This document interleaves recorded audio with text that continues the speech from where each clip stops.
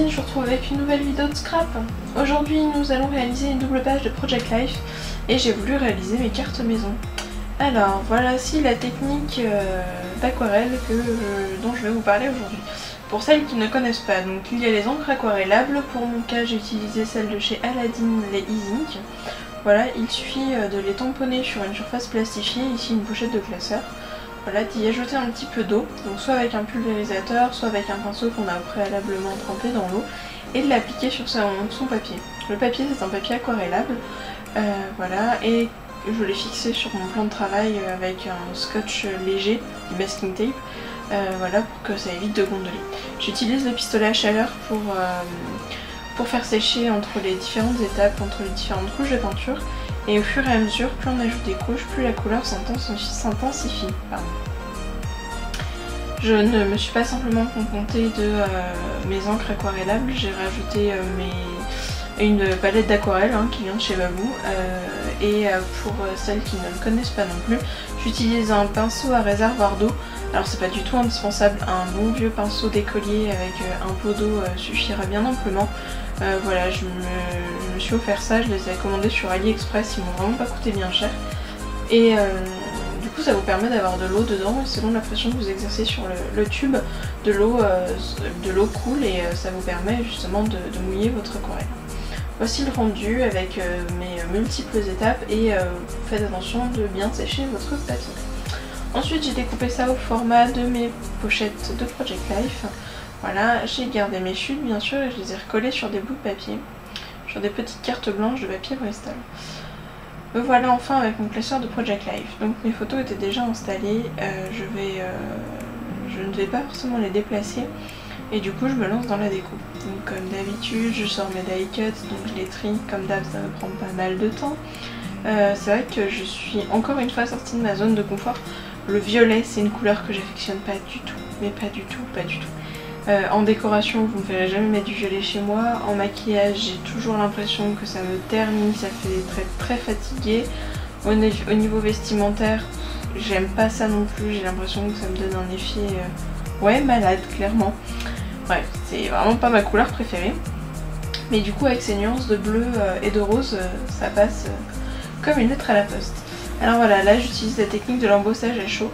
Donc j'ai tamponné ce motif sur mon papier avec une encre transparente à séchage lent. J'ai rajouté de la poudre à embosser, j'ai retiré l'excédent et là avec mon pistolet à chaleur, vous voyez petit à petit le motif se fige sur le papier.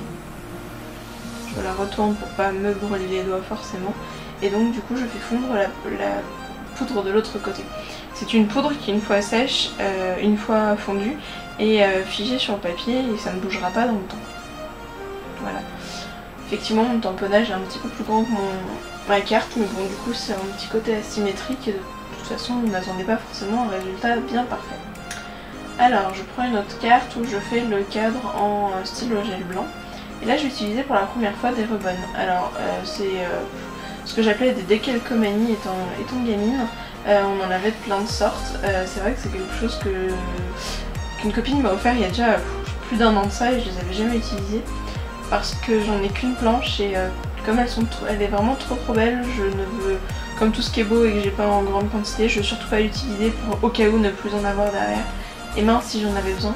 Mais bon, un jour il faut se jeter à l'eau quand même et s'en servir. Donc j'ai utilisé la plume et un petit motif que vous voyez sur une carte tout à gauche. Là j'ai pris une carte avec le motif et j'ai voulu rajouter les petites tachounettes blanches, voilà, ce qui correspond vraiment au motif de départ, Galaxy. Pourquoi je me suis lancée dans ce motif Galaxy? J'avais fait la carte pour un anniversaire avec l'attrape-rêve et une copine m'a dit « Oh, ça aurait été génial avec le motif Galaxy ».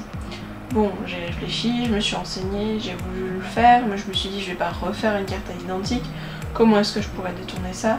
Et paf, un petit peu de Project Life. Donc voilà, c'est vrai que sinon je pense que je n'aurais jamais fait une page en violet.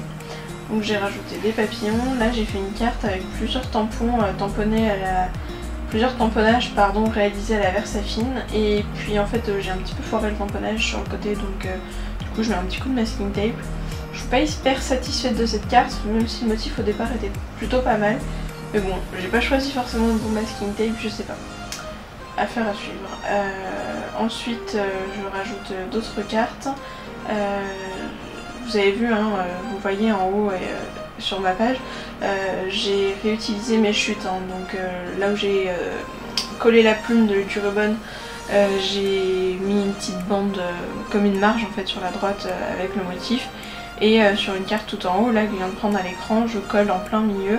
Voilà, ça me coupe la carte, ça évite qu'elle soit toute blanche. Et du coup, je vais rajouter les dates qui correspondent à la semaine que j'illustre dans cette vidéo. Vous l'avez pas vu juste avant, j'ai fait une carte de journaling, pareil, écrit simplement au feutre fin stabilo violet pour rester bien sûr dans les mêmes couleurs. Là je vais faire un tamponnage à la Versafine, c'est un tamponnage qui est une planche de chez AliExpress. Et j'ai bien foiré le tamponnage à un endroit. Et je me suis dit allez je vais le rattraper, j'ai pris un petit pinceau, j'ai rajouté un petit peu d'encre et le tour est joué. J'avais pas forcément envie de redécouper une carte blanche donc du coup je me suis débrouillée. J'ai fait la fausse couture autour et puis mon crayon rose m'a gentiment lâché en plein milieu, pas de panique, on en a un deuxième sous la main. Un stabilo cette fois-ci. Et voilà, le tour est joué. Et j'aimais beaucoup le rendu de cette fausse couture. Je me suis dit il faut que je fasse un autre rappel de cette fausse couture sur ma page.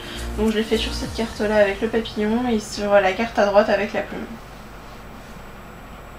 Ça apporte un petit côté un peu plus fini, un peu plus travaillé. Là je fais des petites étiquettes, donc c'est vrai que les petites étiquettes c'est vraiment top dans le Project Life. J'ai acheté cette planche de tampon il y a peu et je m'en suis servi je crois sur toutes les pages que j'ai réalisées. Donc c'est vraiment hyper pratique. Voilà, en tout cas j'espère que cette vidéo vous aura plu. Laissez-moi un commentaire pour me donner votre avis. Abonnez-vous si ce n'est pas déjà fait. Maintenant vous avez dû le voir, je me lance dans des vidéos un peu plus régulières. Ça fait plusieurs semaines que j'essaye de faire ça. Voilà, donc normalement tous les vendredis une nouvelle vidéo sort sur ma chaîne. Voilà, allez je vous laisse en image. Pendant ce temps là je vais aller prendre un cours d'orthophonie. Et je vous retrouve la semaine prochaine avec une nouvelle vidéo. Bye.